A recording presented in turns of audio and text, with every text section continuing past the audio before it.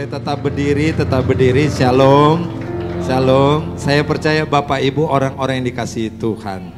Dan Alkitab berkata kalau mau diberkati jadi berkat. Jadi sebelum diberkati firman jadi berkat kepada kanan, kiri, depan, belakangmu. Salam, senyum manis, katakan Tuhan berkati engkau luar biasa. Ayo salam ucapkan Tuhan berkati luar biasa. Terima kasih imam musik, imam penyembah. Ya Tuhan berkati. Masih berdiri. Ya. Nanti Bapak Ibu duduk lama, saya berdiri sendiri. Tadi Bapak Ibu sudah lepaskan ucapan berkat untuk kanan kiri.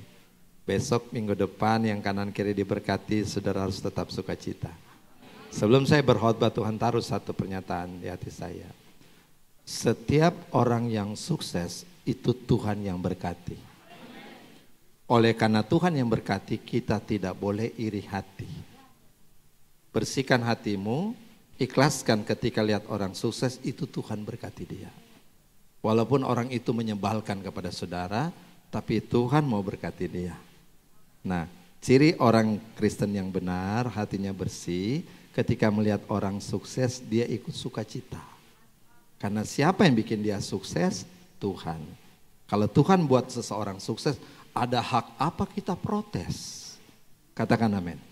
Ada hak apa kita iri hati? Dengan engkau ikhlas begitu, lebih cepat engkau juga diberkati. Amin. Belajar untuk ikhlas melihat orang sukses. Siap diberkati? Tuluskan hatimu. Masih berdiri, kita membuka Ratapan pasal 3, kitab Ratapan, tolong tayangkan ayatnya, Ratapan 3 ayat 19, saya baca, jemaat baca ayat 20. Ratapan pasal 3 saya baca mulai ayat 19. Ingatlah akan sengsaraku dan pengembaraanku, akan ipuh dan racun. 20 bersama.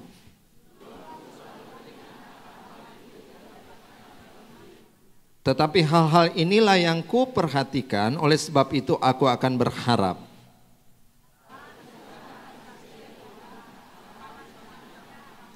Selalu baru tiap pagi, besar kesetiaanmu.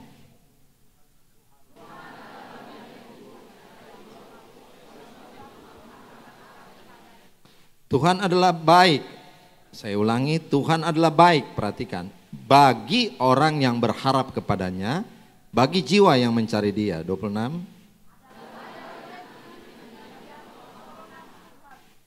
Katakan amin. Silakan duduk.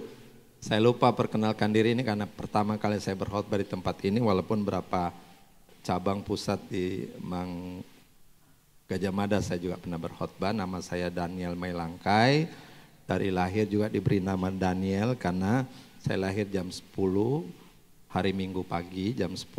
Papa saya bernubuat anak ini akan jadi pendeta. Benar jadi pendeta. Walaupun dari lahir sampai kepada kanak-kanak remaja dewasa tidak ada tanda-tanda jadi pendeta.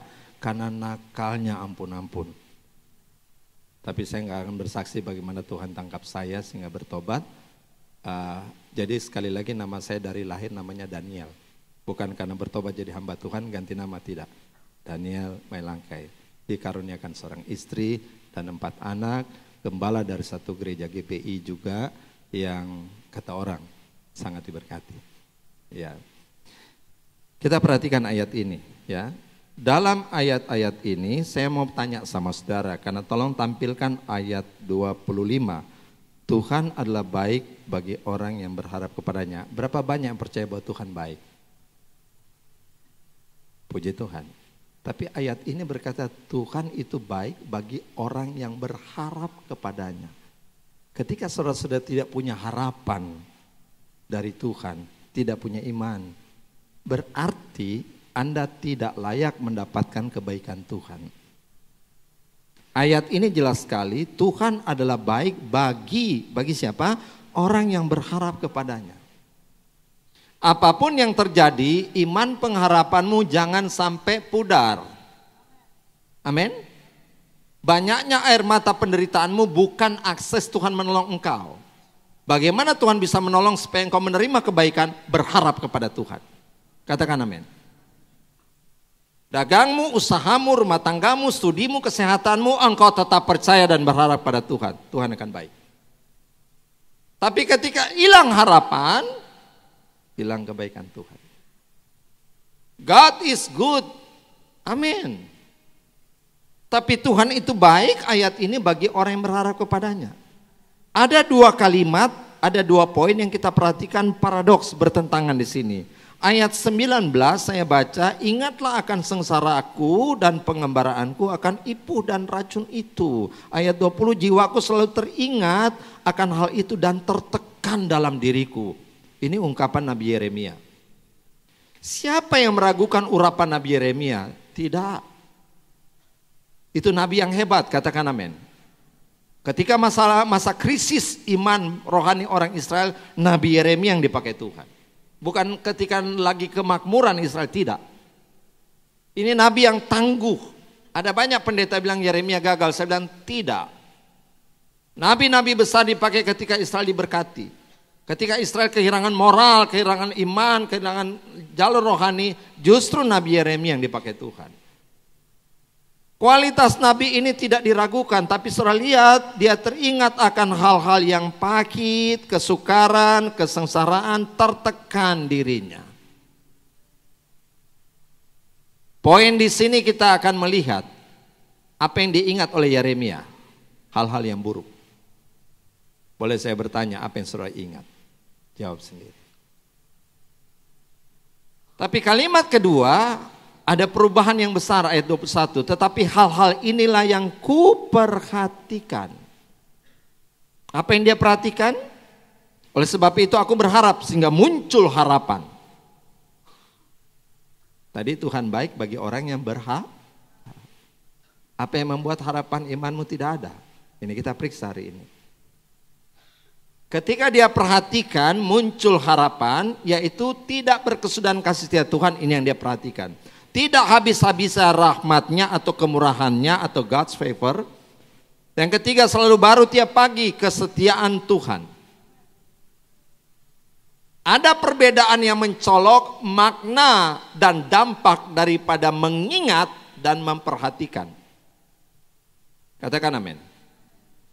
Manusia cenderung selalu mengingat yang buruk. Yang setuju katakan amin.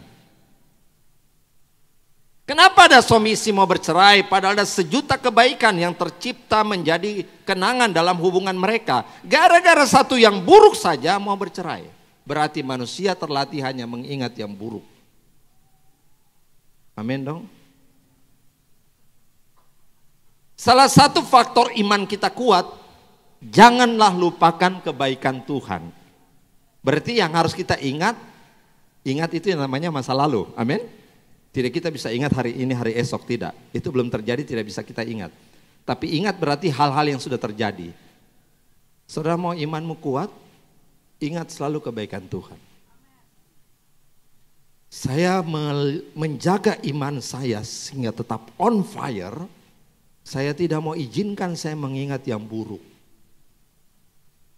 Karena filosofi barat berkata, you are what you think. Apa yang kau pikirkan itulah engkau. Sampai tadi dapat parkir VIP, itu jadi kenangan manis buat saya bahwa Tuhan sampai urusan parkiran saja Tuhan urus. Karena Jakarta pendeta kalau mau datang ke gereja itu pergumulan itu soal parkiran. Betul Pak? Untung gereja ini siapkan parkiran bagi pengkhotbah.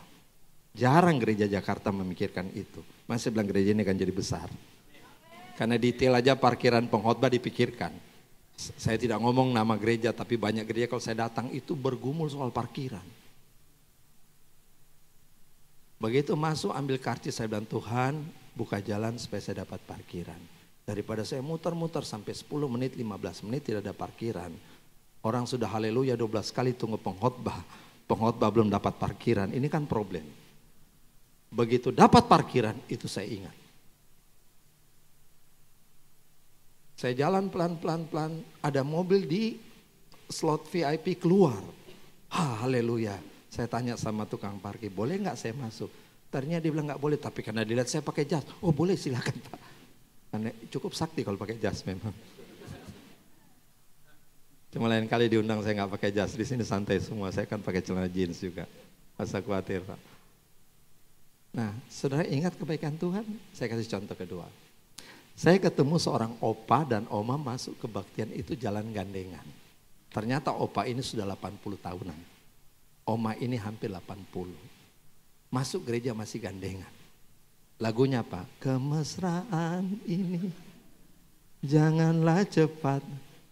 Saya penasaran sampai selesai khotbah saya mau tanya sama opa-opa ini. Apa alasannya, apa dasarnya sehingga mereka tetap mesra? Jawabannya luar biasa. Kami berdua sepakat hanya mau ingat kebaikan masing-masing, tidak mau ingat keburukan. Luar biasa. Ada orang baru nikah 6 bulan sudah mau cerai. Apa yang membuat mereka cerai? Cuma ingat yang buruk. Coba ibu-ibu, bapak-bapak sambil dengar khotbah, coba engkau ingat kebaikan suamimu, ingat kebaikan istrimu. Jangan ingat keburukannya. Keburukan itu cuma sedikit bisa dihitung dengan jari tangan. Kebaikan itu banyak sekali. Kita itu terlatih hanya ingat yang buruk. Dan jika seseorang ingat yang buruk, itu berarti dia ada di masa lalu. Katakan amin. Bagaimana dia bisa perhatikan kebaikan Tuhan hari ini, hari esok, harinya akan datang? Itu.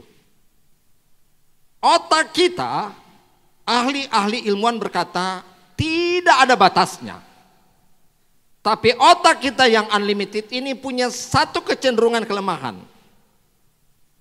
Ketika dia sedang berpikir negatif, detik itu dia tidak bisa positif. Itu. Ketika Anda hanya mengingat masa lalu yang buruk, Anda tidak bisa perhatikan kebaikan Tuhan, kasih Tuhan, kemurahan Tuhan hari ini, hari esok, hari depan. Sehingga hidup kita jauh dari berkat Tuhan. Kalau saya hanya mengingat yang buruk, tidak bisa perhatikan yang baik, mana bisa muncul harapan. Hope hilang. Amin. Ada begitu banyak jemaat datang pada saya, pastor tolong doakan saya, kenapa hidup saya begini? Saya cuma tanya satu, yang kamu lihat, yang kamu perhatikan itu apa? Wah nggak ada sih pastor, tapi kalau ingat kelakuan suami, kenapa diingat-ingat?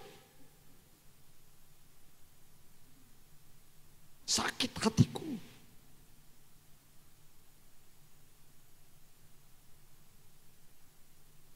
Mau menerima kebaikan Tuhan?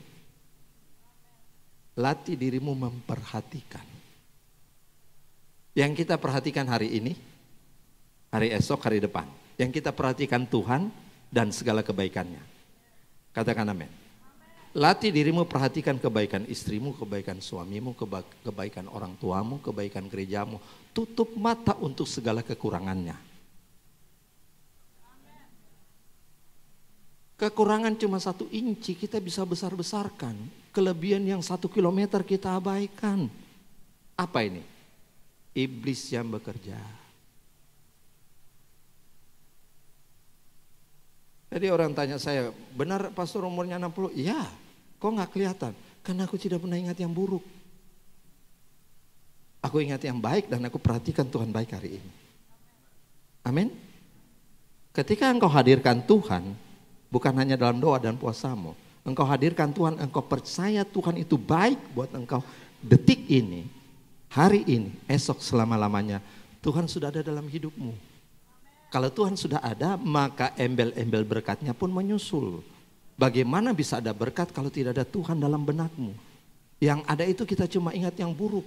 Sehingga banyak pendeta pakai jurus, udahlah pokoknya tengking dalam nama Yesus. Minta pendeta doakan, mau 1 juta pendeta doakan Anda. Kalau Anda masih ingat yang buruk dan gagal memperhatikan yang baik, tidak ada gunanya. Belajar memperhatikan, katakan amin. Ingat yang baik, yang indah. Hari ini belajar perhatikan siapa murid yang pintar. Ketika di kelas dia memperhatikan gurunya menerangkan pelajaran, dia pintar. Siapa yang imannya tumbuh dalam gereja ketika pendeta berkhotbah dia perhatikan, dia tidak main BBM. Apalagi Pokemon Go. Makanya saya paling tidak suka kalau saya lagi khotbah orang dengan handphonenya. Anda sudah tidak perhatikan. Kenapa ada anak yang kepala batu? Kenapa ada anak yang bodoh? Karena tidak diajar memperhatikan. Kenapa ada anak yang pintar? Karena dia dari kecil diajar memperhatikan.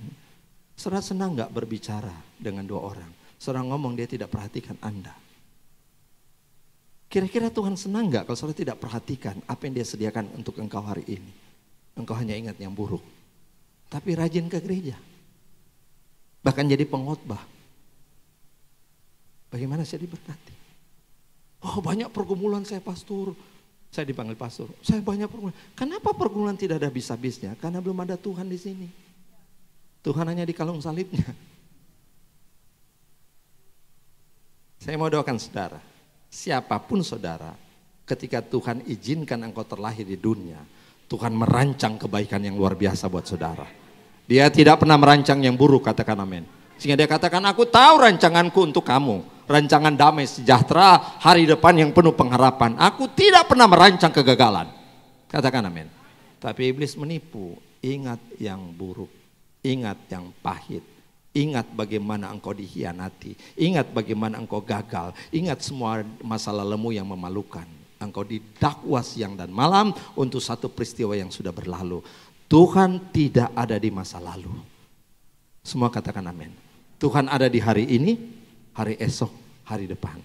Lalu kenapa kita balik belakang ke masa lalu kita?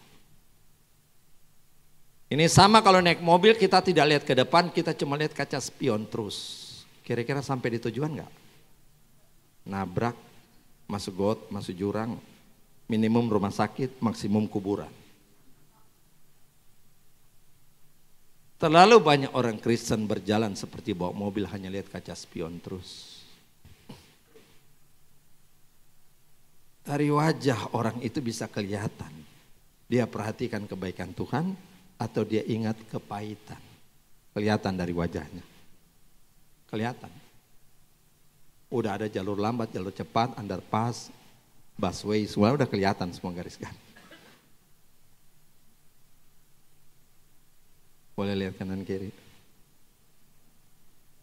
Itu wajah ingat kebaikan Tuhan, perhatikan kebaikan Tuhan atau ingat kepahitan.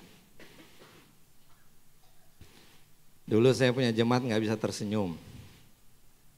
Orang ketawa terpingkal-pingkal, mukanya lurus saja. Begitu saya berkhotbah, saya bilang orang ciri yang ingat kebaikan Tuhan dan memperhatikan kebaikan Tuhan hari ini wajahnya akan ceria, ada senyum. Bayangkan wajah yang 25 tahun tidak pernah tersenyum, tiba-tiba tersenyum, mirip vampir. Saya baca buku kesehatan, kalau Anda suka tersenyum, otot di muka ini terlatih jadi awet muda. Amin. Jangan senyum sendiri, gerogol alamatnya. Ayo sekarang kita serius. Apa yang saudara ingat? Jawab dalam hati. Ketika engkau ingat yang buruk, engkau tidak bisa perhatikan kebaikan Tuhan hari ini. Sekali lagi, latih dirimu memperhatikan. Katakan amin.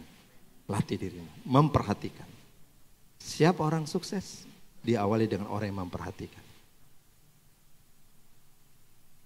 Mana aminnya? Saya lanjut ya.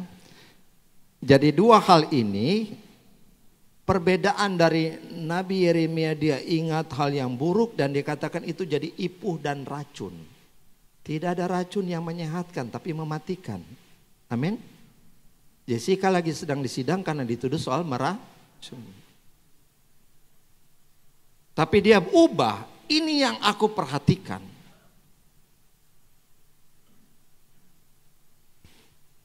Mengingat dan memperhatikan, saya ulangi, harus menjadi positif. Jemaat terkasih, ini serius. Latih dirimu untuk ingat semua yang baik. Katakan amin. Sehingga Tuhan bilang, jangan lupakan segala kebaikan Tuhan. Pujilah Tuhan hai jiwaku dan janganlah lupakan segala kebaikan. Saya waktu belajar mulai mengingat, saya catat semua kebaikan Tuhan. Sekarang tidak perlu catat. Sudah terlatih, ingat kebaikan Tuhan. Salah satu kebaikan Tuhan begitu datang gereja ini sudah ada parkiran. Itu kebaikan Tuhan. Melalui pengurus di sini. Sampai hal kecil engkau ingat, katakan amin. Saya ulang, ketika engkau ingat yang baik, maka yang baik positif ada dalam jiwa pikiranmu. Amin. Ditambah lagi engkau perhatikan kebaikan berkat Tuhan, anugerah Tuhan, kemurahan Tuhan yang besar hari ini. Lahir apa? Semangat. Amin. Lahir harapan. Amin. Jemaat terkasih, sadarkah saudara bahwa semangat harapan itulah power dalam hidupmu? Ketika engkau sudah tidak punya power, itu seperti handphone yang sudah lowbat. Tidak ada gunanya. Ketika kita memperhatikan, kebaikan Tuhan, mengingat yang sudah Tuhan lakukan dan memperhatikan yang akan Tuhan lakukan yang baik semua. Pertama, lahir itu sukacita, dalam segala keadaan Anda tetap bersukacita. Orang dunia tidak bisa. Orang dunia sukacita waktu dia sudah menerima kebaikan. Tapi kita bisa bersukacita karena kita ingat kebaikan Tuhan dan perhatikan kebaikan Tuhan yang akan nyata. Amin. Lahir sukacita, lahir harapan. Amin. Sehingga ayat tadi, Allah itu baik bagi orang yang berharap kepada.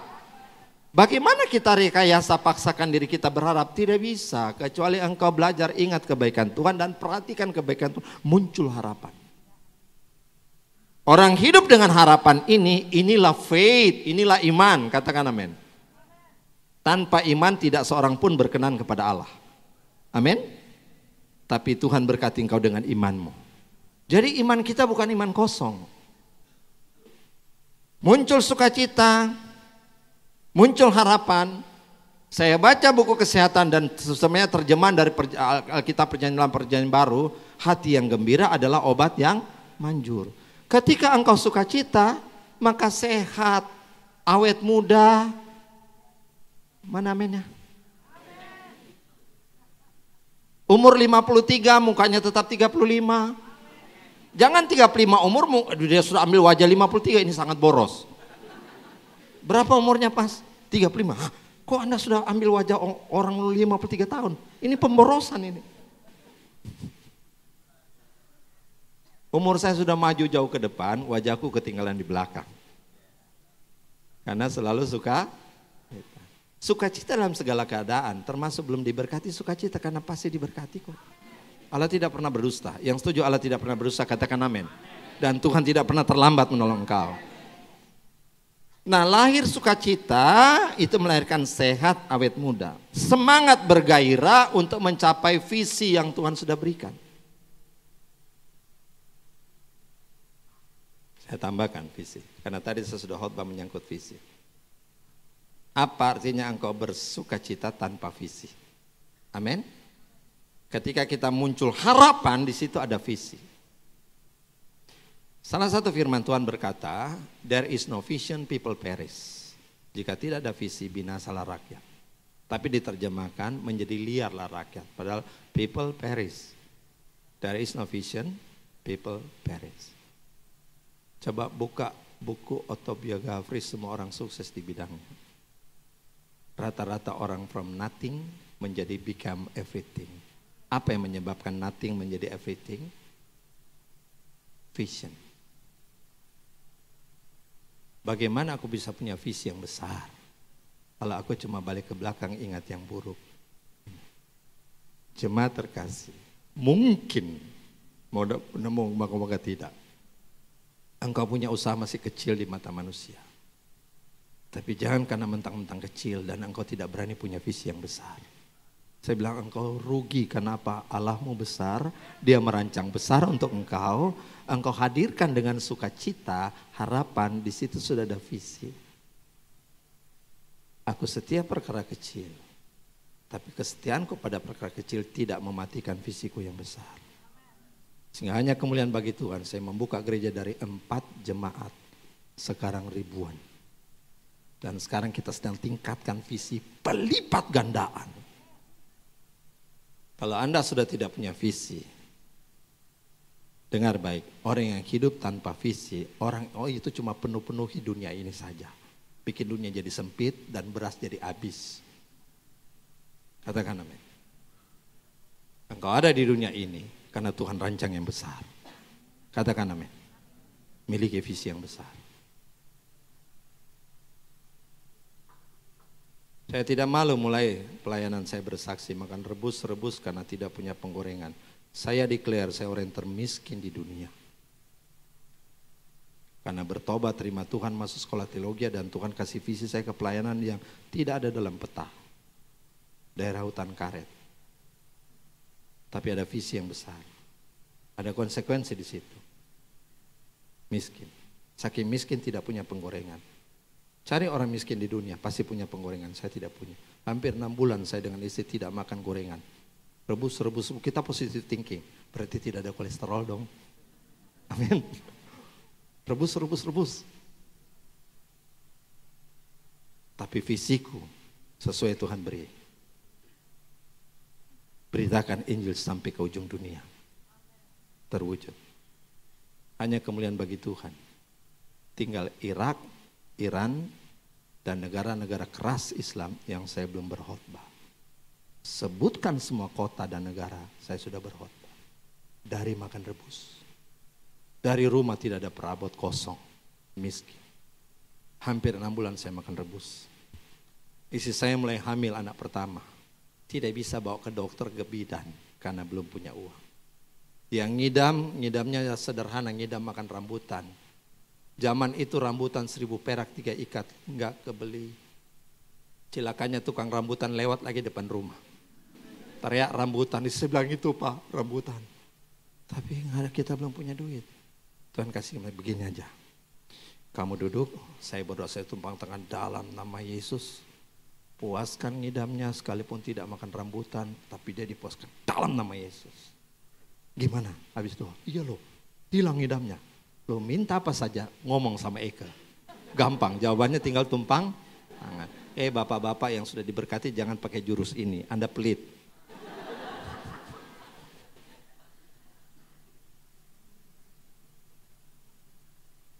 Anak pertama lahir mulai besar, kami masih miskin.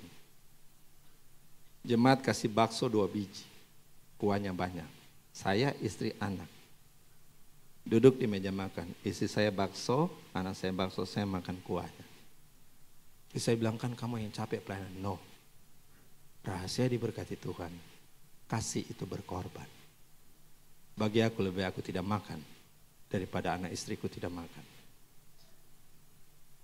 Saya nggak bisa lupa, tapi itu bagian kebaikan Tuhan. Sekarang, kalau saya flashback melihat begitu, jawabannya cuma satu. Itu kebaikan Tuhan, itu kemurahan Tuhan, amin.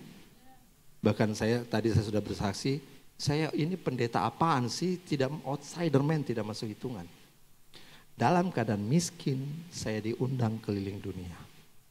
Dan puncaknya, saya diundang oleh House of Representatives United States of America, DPR MPR Amerika mengundang saya untuk hadir mendoakan presiden mereka Bill Clinton.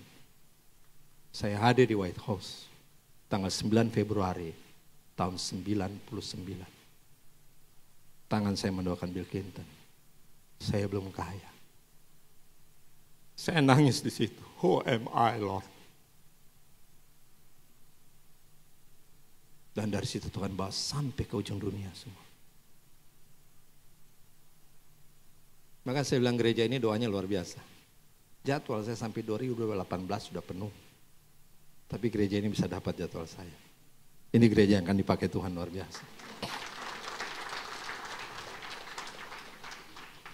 Tapi Tuhan ajar saya tetap rendah hati. Karena semua itu karena Tuhan. Saya bersaksi di sini bukan hebatnya saya, sesuai dengan believe again tema tahun ini. Betapa Tuhan tidak pernah main-main dengan saudara. Katakan amin. Saudara bisa jawab, saya juga sungguh-sungguh dalam Tuhan. Sekarang periksa sungguh-sungguhmu. Apa yang kau ingat? Apa yang kau perhatikan? Itu kesungguhan. Aktivitas kita ke gereja belum tentu menjawab ingatan kita benar dan perhatikan kita benar. Amin. Bagus punya aktivitas. Tapi sempurnakan dengan yang kau ingat yang benar dan engkau perhatikan yang benar. Ingat yang baik, perhatikan yang baik. Katakan amin.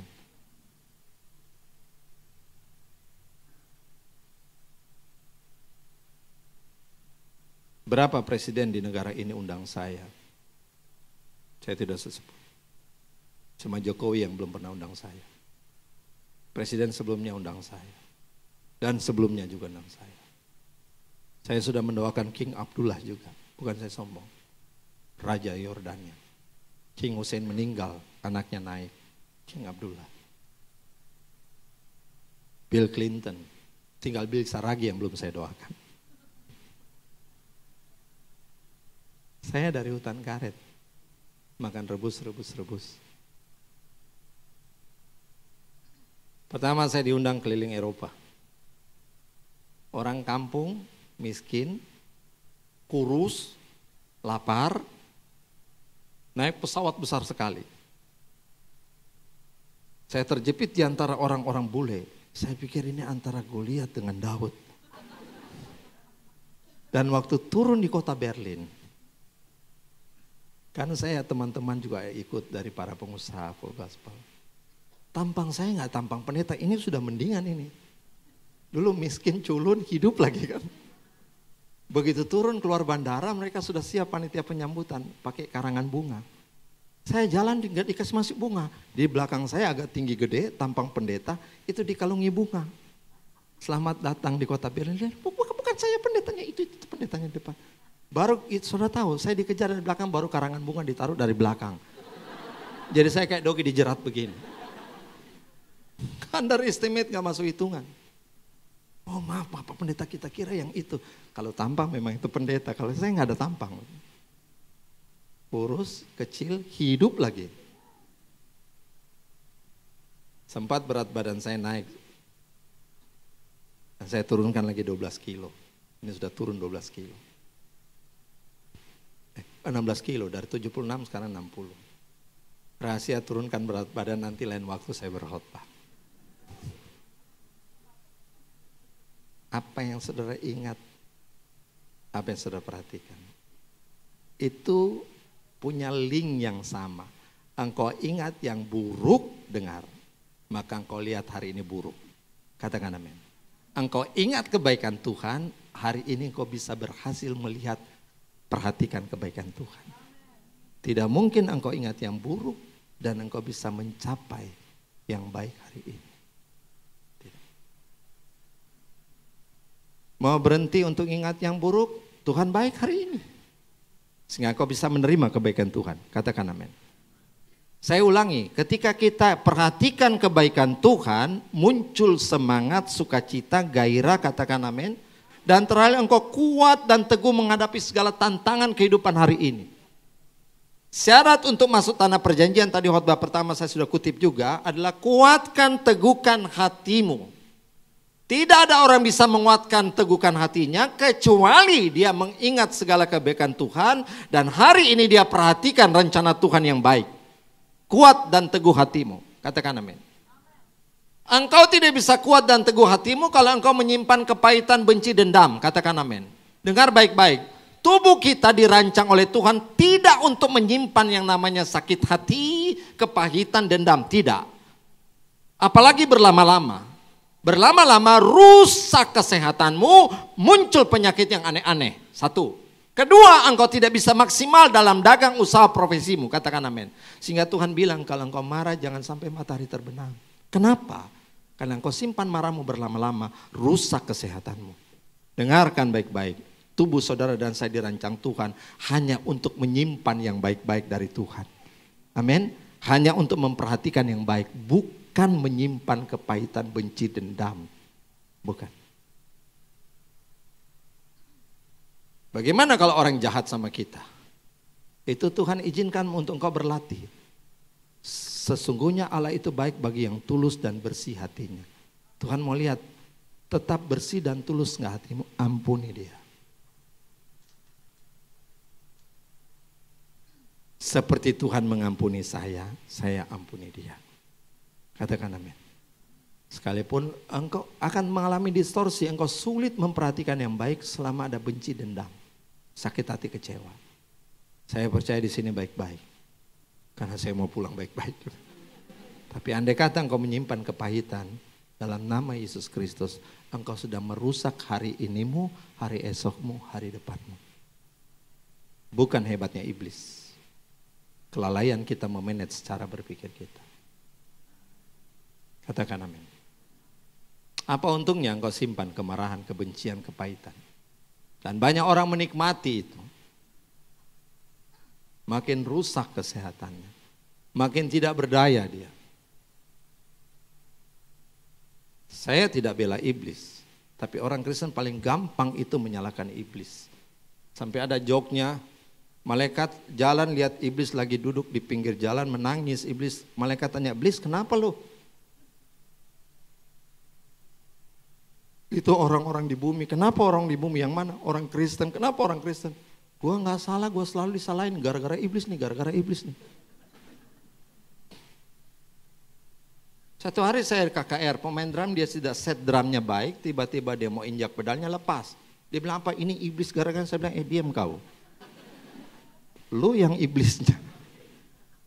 Enak aja, saya nggak bela iblis. Lu nggak teliti itu baut-bautnya kencang apa enggak. Kalau kita nggak isi bensin, mobil kita mogok habis bensin di tengah jalan, iblis apa kita itu? Halo? Pagi-pagi bangun pagi masih jam 6 pagi sudah makan rujak yang pedas sekali sakit perut, itu iblis apa kita? Saya nggak bela iblis. Tapi jangan latah bilang iblis. Sekarang kita masuk lebih dalam. Ibliskah kalau kita hanya ingat yang buruk? Sehingga kita tidak berhasil memperhatikan yang baik? Bukan. Ibliskah sehingga kita tidak diberkati? Ibliskah karena kita sudah usaha sekuat tenaga tapi Tuhan belum berkati? Periksa kembali apa yang kau ingat dan apa yang kau perhatikan. Katakan amin. Saya lihat adegan orang mendaki gunung.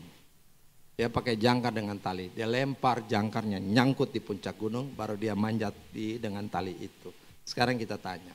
Yang duluan sampai ke gunung itu pendakinya apa jangkarnya? Yang duluan sampai pada suksesmu, imanmu apa engkau? Itu. Kalau engkau tidak punya jangkar iman, bagaimana bisa menarik engkau sampai ke puncak kejayaan itu? Amin. Bukan soal tanggal lahir, bukan soal tempat letak rumah, hong shui, bukan. Ada tetangga saya rumahnya sudah desain arsitek bagus-bagus, dia tidak diberkati, dia panggil orang. Terus katanya orang pintar bilang, rumahmu salah pintunya menghadap tidak boleh situ. Harus diubah menghadap sini, dia rubah. Begitu dia buka pintu persis menghadap toilet orang.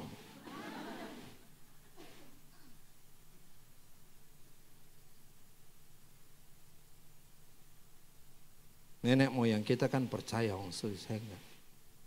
Tanggal lahir lah. Letak rumah lah. Sionya sio apa? Oh enggak. Sio kita cuma satu, Yesus. Enggak ada yang rela ngomong amin.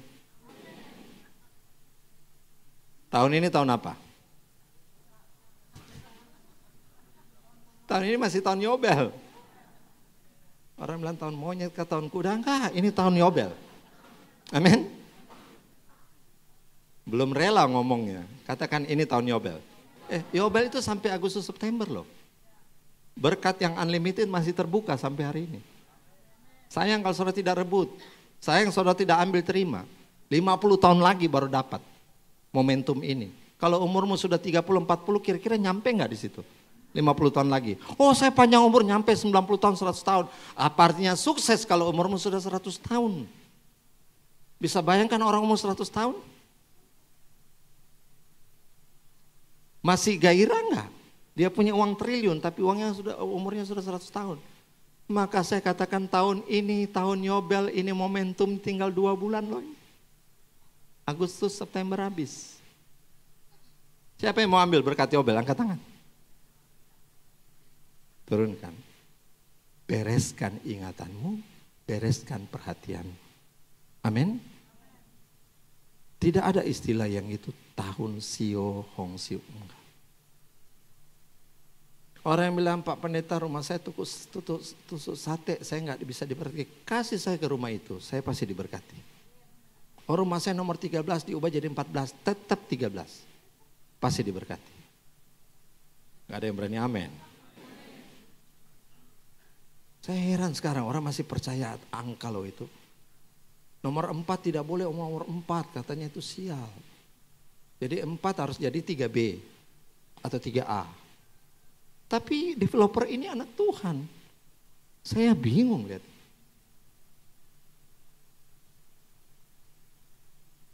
Israel di padang gurun diberkati Tuhan. Kita ada di kota, masa tidak diberkati Tuhan? Amin. Apa yang membuat Israel tidak diberkati, gagal mati di padang gurun generasi itu? Hanya generasi Yosua dan yang lahir di padang gurun yang masuk tanah perjanjian. Karena mereka selalu ingat yang buruk. Amin. Mereka tidak fokus ke depan. Begitu ada di depan melihat 12 pengintai, 10 pengintai hanya melihat raksasanya, peralatan perangnya, kota yang berbentengnya. Yosua Kaleb berkata, kita lihat janji Tuhan, 2 orang ini yang masuk. Hari ini kita tidak bisa menutup mata, krisis masih melanda negara ini. Daya beli lemah, katakan amin. Dolar masih 13 ribuan. Lapangan kerja belum tercipta secara merata. Tapi apapun yang terjadi saya katakan Tuhan itu tetap merancang yang baik buat kita. Bukan gara-gara salah manajemen para kepala negara dan menteri-menteri di seluruh dunia ini sehingga ekonomi terpuruk dan Tuhan tidak bisa berkati saudara. Berarti Tuhan kita lemah. Krisis yang melanda di dunia ini bukan salahnya Tuhan. Salah manajemen manusia, katakan amin. Apakah salah manajemen manusia dan kita tidak bisa diberkati? Saya mau berteriak di tempat ini. Saudara yang sungguh percaya Tuhan dan saya bangun kembali iman yang benar. Saudara ingat yang baik, perhatikan yang baik dari Tuhan. Saya doakan Anda pulang dari gereja ini Tuhan buka jalan berkati luar biasa. Even ada krisis, katakan amin.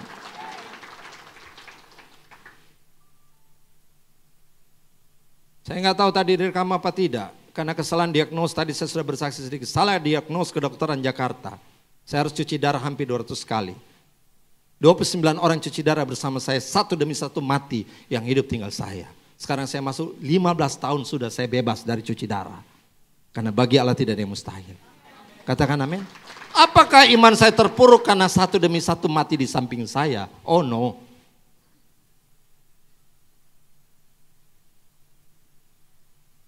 Hari pertama cuci darah, ini masih ada semino, ini ada nih. Ini di operasi urat nadi dikeluarkan. Tadi saya ketemu ada seorang pemuda juga cuci darah, ke belakang minta saya doakan. Tahun ini 15 tahun saya lepas cuci darah. Saya makan bebas, olahraga, nyetir mobil sendiri, saya datang menyetir sendiri. Anda tidak percaya saya orang mantan cuci darah? Silakan telepon rumah sakit Medistra, Jalan Gatot Subroto, tanya, Pendeta Daniel Malangke pernah cuci darah nggak? Rekor saya ada di situ hampir 200 kali. Cuci darah pertama saya bilang, dokter saya sudah sembuh. Dokter bilang, bagus Pak Pendeta, harus punya semangat gitu. Dia ketularan semangat. Minggu depan saya bilang, dok saya sudah sembuh. Bagus, udah menurun dia kan. Sudah 1 bulan, dok saya sudah sembuh. Mau dia mau kayak apa, imanku tidak boleh runtuh, katakan amin. Masuk bulan kedua, dok saya sudah sembuh, dia diam. Masuk bulan ketiga, dok saya pasti sembuh, dia buang muka. Bagi saya lu mau buang muka sampai 360 derajat, imanku tidak akan runtuh.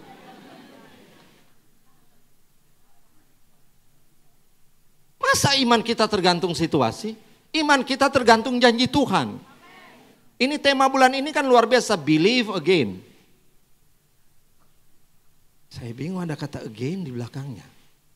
Apakah belief di sini, percaya iman di sini sudah mulai degradasi sehingga harus kembali again gitu.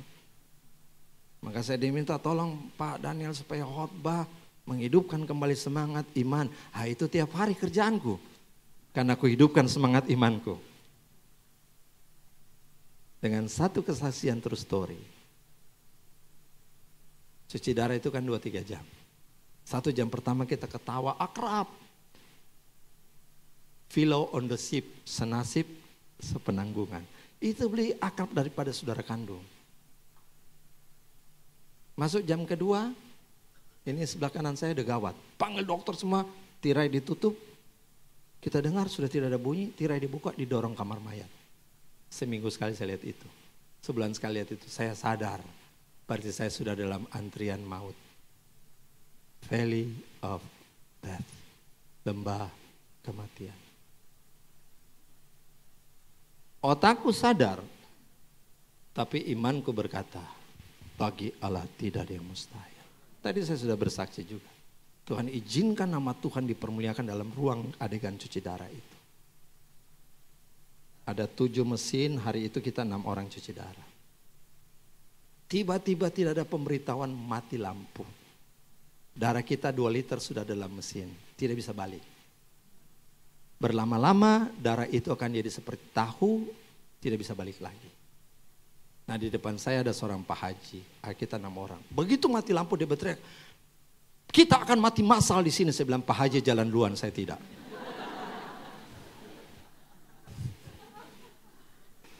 Sekarang enak cerita itu, tapi waktu ngalami kalau bukan Tuhan, waduh. Ada 5 perawat yang turun tangan putar ngengkol. Dia mau lari ke sesep dan tolong yang lain saja. Saya nggak tahu Tuhan gerakan. Karena kita ada 6 pasien, petugasnya cuma 5. Berarti 1 tidak bisa ditolong. Tolong yang lain saja. Itu tiba-tiba iman saya on fire. Tuhan bilang perintahkan supaya lampu menyala. Saya berteriak sekuatnya ruangan itu. Dalam nama Yesus listrik menyala. Sereng, nyala. Semua orang langsung lihat, bingung. Semua langsung lihat, suster lihat saya. Terus bisik, Pak Pendeta, Pak Pendeta. Pak Pendeta sih, Pak Pendeta sih. Saya lihat nama Tuhan dimuliakan di situ.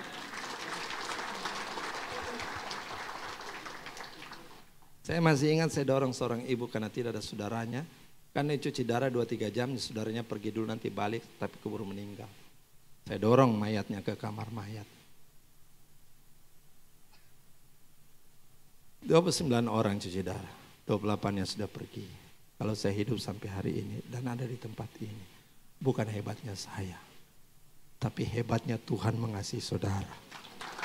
Tuhan pakai saya menjadi alat demo di tangannya. Hidupkan kembali imanmu. Katakan amin. Saya cuma alat saja, ini saja Daniel aku bisa tolong, apalagi saudara. Berarti betapa hebat kasih Tuhan kepada saudara. I am nothing, semuanya Tuhan. Saya sadar benar dengan tema Believe Again bulan ini. Itu betapa besar kasih Tuhan kepada saudara. Sehingga saya cuma dikirim untuk kasih kuatkan iman saudara. Ini loh bukti orang yang cuci darah 2 hari sekali, aku bisa tolong, apalagi cuma persoalan saudara. Bereskan daya ingatmu, bereskan cara memperhatikanmu. Saudara ketemu Tuhan di situ. Saudara akan mengalami banyak mujizat. Saudara akan mengalami pertolongan. Saudara akan melihat yang mustahil bagi manusia, tidak ada yang mustahil bagi Tuhan.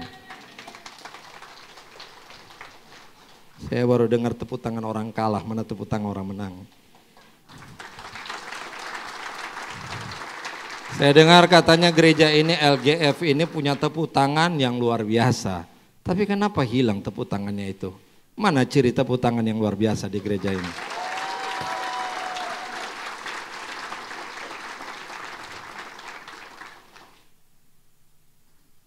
Percaya Tuhan mengasihi saudara? Saya mau kupas soal kasih ini sebagai penutup. Supaya saudara pulang punya dasar iman yang kuat. Banyak pendeta berkata, Yesus Allah yang datang ke dunia dalam Yesus itu datang ke dunia karena dia mengasihi kita. Sehingga dia mau mati, bangkit naik sorga, menebus, menyelamatkan kita, menyediakan keselamatan di sorga. Aku yang berdosa, Tuhan tetap mengasihi. Kenapa dia mengasihi saya? Ya dia mengasihi. Saudara pernah renungkan kenapa Tuhan mengasihi saudara sekalipun saudara berdosa? Oh iya, karena dia kasih. Kenapa dia mengasihi? Ayo kita kejar lebih jauh. Supaya saudara memiliki dasar iman yang kuat. Kenapa Tuhan mengasihi kita sekalipun kita berdosa seteru durhaka? Ini bukan kasih yang buta. Sebagai penutup dengar baik-baik. Supaya engkau pulang punya iman berkemenangan. Yang siap diberkati katakan amin. Tuhan mencipta manusia serupa dengan gambarnya. Imago Dei. Debu tanah dibentuk, Tuhan hembuskan, lembaga Alkitab menerjemahkan nafas hidup. Kalau saudara baca dalam kitab Ibrani, Tuhan mengusulkan ruah. Roh Allah dimasukkan dalam debu tanah itu. Sehingga menjadi serupa dengan gambar Allah. Sadarkah saudara bahwa diri kita adalah bagian dari Allah? Katakan saya bagian dari Allah. Nah ketika engkau jatuh dalam dosa dia tetap cari. Contoh, Bapak Ibu punya anak baru umur 1 tahun 2 tahun jatuh dalam got yang besar. Patah kaki, luka geger otak. Engkau lihat gotnya dalam, lebar, bau. Engkau tidak mungkin rangkul istrimu, istriku mari kita bikin anak yang baru lagi. Buang aja itu. Saya tanya, saudara akan turun ke got itu. Kenapa? Karena itu anakmu. DNA-nya DNA-mu. Amin. Allah mengasihi kita bukan cinta yang buta. Saudara ini dicipta dalam gambar rupa Allah. Saya saudara ini bagiannya dari Allah. Amin. Dia tidak mau kita binasa, dia tidak mau kita hilang. Maka dia turun ke dunia jadi manusia karena tidak ada malaikat bisa menolong. Dan kita tidak bisa menolong diri kita dengan amal dan ibadah kita. Sehingga dia harus datang ke dunia jadi manusia mati untuk menebus kita. Kenapa? Karena dia mengasihi. Kenapa dia mengasihi? Karena aku bagian dari dirinya. Beri kemuliaan bagi Tuhan. Kemanapun engkau pergi, kulitmu putih kah hitam, rambut kribo, lurus kah tidak punya rambut, engkau bagiannya Allah. Amin. Apapun yang terjadi, engkau bagiannya dari Allah. Dan Allah tidak pernah membatalkan rancangan yang baik buat saudara.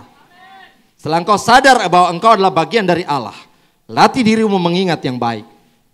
Latih dirimu memperhatikan yang baik. Dan engkau declare, terima kasih Tuhan. Setiap bangun pagi saya katakan, terima kasih Bapak, aku ini bagian dari dirimu. Itu sebabnya engkau mati-matian bela aku. Seperti kita membela anak kandung kita. Amin. Saya bilang sama istri saya, kita hidup sekarang untuk apa? Selain untuk jemaat, ya untuk anak-anak kita. Kita sediakan yang terbaik untuk anak-anak kita. Udah bukan untuk kita lagi. Saudara juga demikian. Allah menyediakan yang terbaik buat saudara. Kita bukan anaknya saja, kita bagian dari dirinya. Betapa berharganya engkau. Tapi iblis mau masuk dalam tubuh kita yang bagian dari Allah. Dengan mengingat yang buruk. Tidak memperhatikan yang baik dari Tuhan hari ini. Patahkan iblis itu. Believe again. God is so good. All the time for you. Mari kita bangkit berdiri.